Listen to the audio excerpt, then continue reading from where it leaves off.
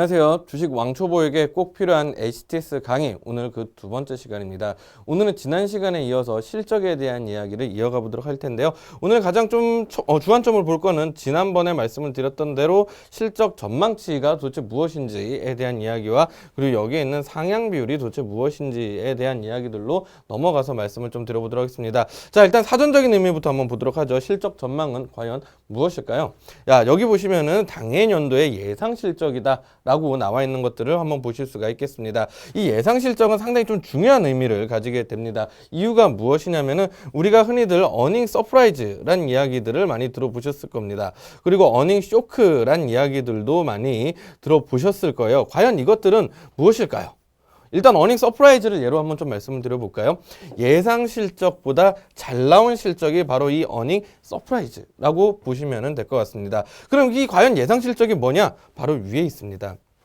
여기에 있는 실적이 바로 이 예상 실적이에요. 이 예상 실적은 우리나라의 실적을 전문적으로 추정하고 있는 집단인 기업 분석 애널리스트들이 이 해당 회사에 대한 실적에 대한 평균치를 내놓은 것이 바로 이 예상 실적이라고 하는데요. 바로 HTS 상에서 지금 확인을 해 보실 수가 있겠습니다. 흔히들 저희가 고객님들 그리고 투자자분들을 많이 만나다 보면은 이런 이야기도 많이 하시는데 예상 실적 어디서 보세요? 라고 질문을 해보면은 자, 신문 검색을 통해서라는 얘기를 저희가 제일 많이 듣거든요. 신문 검색보다는 HTS에서 바로 이렇게 확인을 해 보시는 것이 아주 좀 쉽지 않을까라고 좀 보여집니다. 자, 그리고 어닝 쇼크에 대한 이야기도 한번 좀 해볼까요? 어닝 쇼크는 어닝 서프라이즈와 똑같습니다. 하지만 방향성들이 반대가 되겠죠. 어닝 쇼크는 예상 실적보다 좋지 않은 실적들이 나왔을 때가 바로 어닝 쇼크고요. 흔히들 주가에 대한 하락에 대한 요인들로 상당히 좀 많이 작용을 하게 됩니다. 여기에 있는 실적들을 한번 확인을 해 보시면서 추이를 한번 좀 살펴보시면 좋을 것으로 생각이 되어집니다. 자, 그러면은 이제 어닝 쇼크가 무엇이고 어닝 서프라이즈가 무엇인지 우리는 알았습니다. 자, 그러면은 그리고 예상 실적도 무엇인 줄 알았습니다. 자, 그러면은 여기에 있는 상향 비율에 대한 이야기들을 한번 해 봐야 될 것 같은데요. 이 상향 비율은 과연 무엇이냐면은요. 최근 3개월 동안에 발표된 순이익 그리고 영업이익이 있습니다.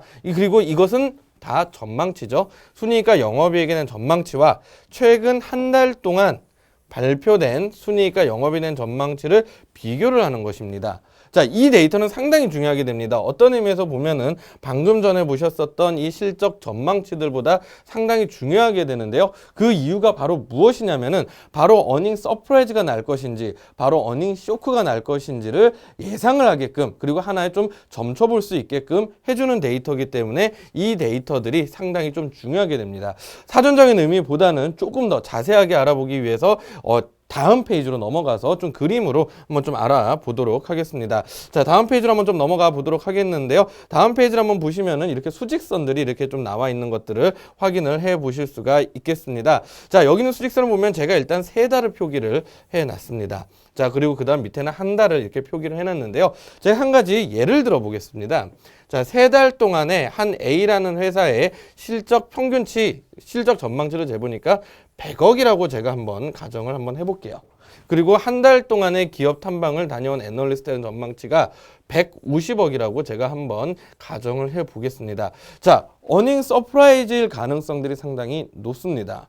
왜냐면 말이죠. 3개월 동안에 기업 탐방을 다녀온 사람들이 100억이라고 가정을 했었는데 최근 한 달 새에 다녀온 사람들이 150억이라고 지금 가정을 하고 있다는 이야기는 이 최근 한 달 새에 무언가 이 회사의 이슈가 긍정적인 이슈가 발생을 했을 가능성들이 상당히 높다라는 거죠. 그리고 가장 최근에 데이터들일 가능성들이 높다라는 것으로 해석을 해볼 수가 있겠습니다. 자, 반대로 한번 이야기를 해보죠. 자, 세 달 동안의 기업 탐방을 다녀온 사람들이 지금 현재 100억의 실적을 추정을 해놨는데요.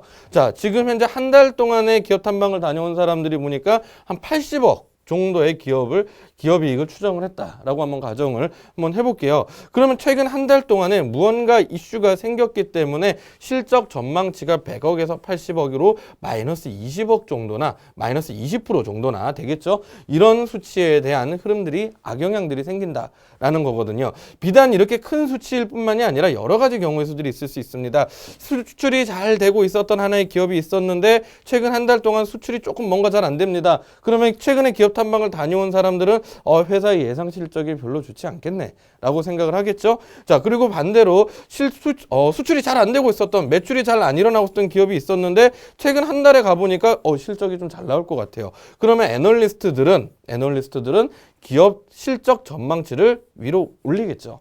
자, 그렇다 그러면은 이 상향 비율, 지금 이 내용들을 가지고 상향 비율을 다시 한번 읽어보도록 하겠습니다. 최근 세 달 동안에 실적 전망치에 비해서 최근 한 달의 전망치가 좋더라. 그럼 상향 비율은 당연히 플러스로 나타나게 되겠죠. 자, 그렇다면 기업이 어닝 서프라이즈가 날 확률이 상당히 높다 라고 좀 볼 수가 있는 거고요. 그리고 반대로 지금 여기는 예시로 들어있는 종목들처럼 하락으로 나와 있더라. 그러면 어닝 쇼크가 날 수 있는 확률들이 높다라는 이야기가 될 겁니다. 물론 어닝 서프라이즈는 통상적으로 예상 실적 대비해서 한 15% 정도 이상이 이제 좀 나왔을 경우 어닝 서프라이즈라고 하고요. 마이너스 15% 정도가 나타났을 경우가 보통 통상적으로 어닝 쇼크다라고 하는 경향들이 좀 강합니다. 그리고 그건 시장 따라도 조금씩 다르고요. 그리고 시장의 상황 따라 조금씩 다르기 때문에 절대적인 수치는 아닙니다만 대략적으로 이 정도 수치가 나왔을 때 어닝 서프라이즈, 어닝 쇼크다라고 하고 있습니다. 그렇다면 이 15% 미만의 숫자가 의미가 없느냐? 그것도 아니겠죠.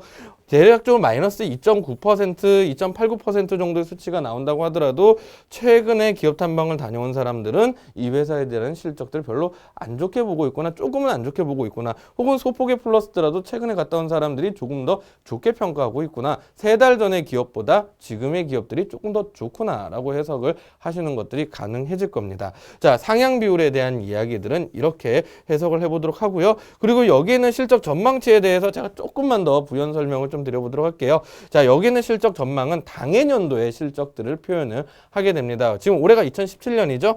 2017년에 지금 현재 이 기업에 대해서 예상되고 있는 실적이 얼마인지 기업 애널리스트들의 평균 실적들을 보여주고 있는 내용이다라고 보시면 될 것 같습니다. 자, 이렇게 해서 우리는 전년 동기 대비 실적, 전분기 대비 실적, 그리고 예상 실적을 알아보는 방법, 그리고 최근에 어닝 서프라이즈 확률이 높은지, 그리고 혹은 어닝 쇼크의 확률이 높은지, 그리고 앞으로 실적이 좋아질지 낮아질지를 보는 방법들에 대해서 한번 알아보았습니다. 자, 그렇다면 다음 시간에는 여기 있는 순이익과 영업이익에 대한 차이가 어떻게 되는지, 그리고 이것을 통해서 주식을 어떻게 접근을 해야 되는지를 한번 알아보는 시간들로 가져보도록 하겠습니다. 이상 여기까지 하도록 하겠습니다. 감사합니다.